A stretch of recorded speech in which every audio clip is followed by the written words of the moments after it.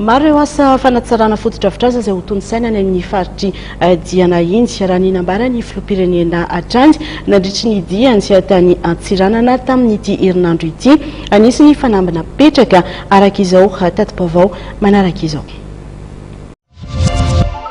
Nafonja ny afatra nampitainy filohan'ny Repoblika tany Antsiranana raha niona tamin'ireo vahoaka ny tenany.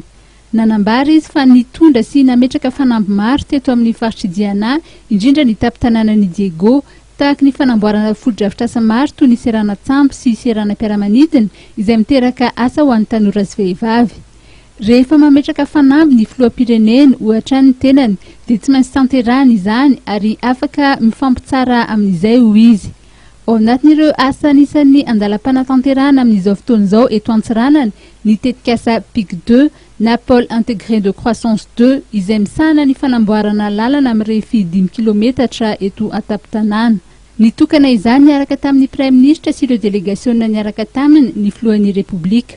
Ho amboarina ihany koa ary efa vonona ny famatsim-bola ny lalana mampitoa ny tampon-tanànan'ny Diego sy Ramena ary ny lalam-pirenena fahaenina mampitoa ny Ambanja sy Diego.